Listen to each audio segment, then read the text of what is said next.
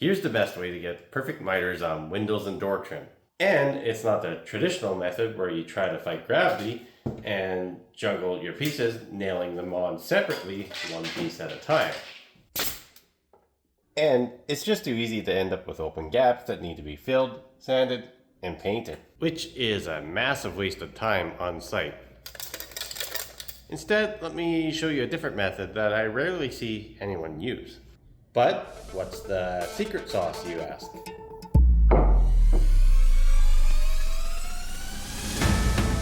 What? It's not Frank's? Ah, shit. We got a call to make to Mrs. Gillespie. I'll get straight to the point.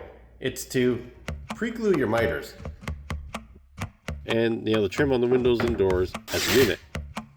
Not Frank's. When you try to nail things on individually, it's sometimes a little tricky to hold long pieces in line with the window or door, allowing for the proper reveal. Things twist, jams, and walls aren't always lined up, and the kick from your nailer can instantly throw things out of alignment. Before you know it, you have a huge ass gap with a big ass mess to clean up. Now, you might say, what's the big deal? Just fill it, sand it, paint it, and be done with it. But in most cases, people don't do a good enough job, and things are still not the best when you look at it closely. And what if you're working with pre-finished material, like pre-stained and lacquered wood such as this? It becomes a little hard to fill and hide your mistakes. But you might be wondering, is this pre-glued trim strong enough not to pop open when moving it around and nailing it into place? And even if you pre-glue the trim, how do you make that seam completely disappear? Here's exactly what I do for the best results. On this particular job, I wanted strong, flawless corners, but I also really wanted to absolutely skyrocket and speed up my installation as well. To pull this off, I started by pre-measuring all the windows and doors for trim, counting for the reveals and door hinges. I find it easier to calculate and cut my trim to the outside tip rather than try to line things up to the inside heel, which is easy to figure out with a little basic math. Once the pieces are cut, it's time for the assembly. To make the miter bulletproof, I use a biscuit joiner and slot out the edges for a number 20 biscuit. I use a little quick set glue like this, with biscuits for long-term strength, and a little CA glue and activator on the edges to instantly bond the joint together, allowing me to avoid clamps and to be able to move, manipulate, and touch things up right away. The miter should look incredibly good right out of the gate, but in order to get the best seam possible, now's the time to squeeze in some wood filler while it's flat on the table. This will make the miter completely invisible later on after it's sanded, and because that CA glue instantly locks things into place, right away I'm able to pick up the frame and move on to the next step to keep production moving. Once you get into a rhythm, you can crank out a good stack of these assemblies incredibly fast.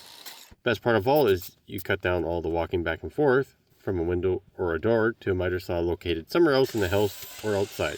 I'm fortunate enough to have a spray booth and spray gun to spray on the primer and lacquer onto my trim, but even if you plan to just brush and roll on paint, I argue that this will still save you a bunch of time.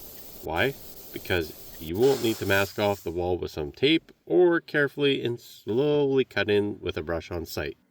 Also, you'll avoid having to set down drop cloths and protect the floors from paints and spills. All that eliminated. And if you have this set up to spray on a finish, even better.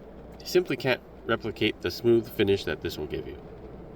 Honestly, the hardest part of doing trims like this is packaging and transporting them back on site. But doing this all in my shop allowed me to keep the mess there, batch the process to speed things up, and also work on other projects at the same time. Once I got back on site, the trim went on ridiculously fast. It was just a matter of placing the trim where it needs to go, adjusting for the proper reveal before tacking them into place with a nailer. I used a combination of 23 gauge pins and 18 gauge brad nails to tack things into place. And to hide the nail holes, I used a burn-in stick by Mohawk that matched the color of my trim, with the aid of a heat gun to soften the stick and help wipe it off. However, if you're absolutely anti-nail, then you could potentially biscuit joint the casing to the window jamb or door jamb, and use a little glue such as no-nail glue. I finished up with a clean bead of caulking and the job was done. Super quick when you factor in paint and patch time, zero visible seams, No messy patch marks, no brush or roller textures.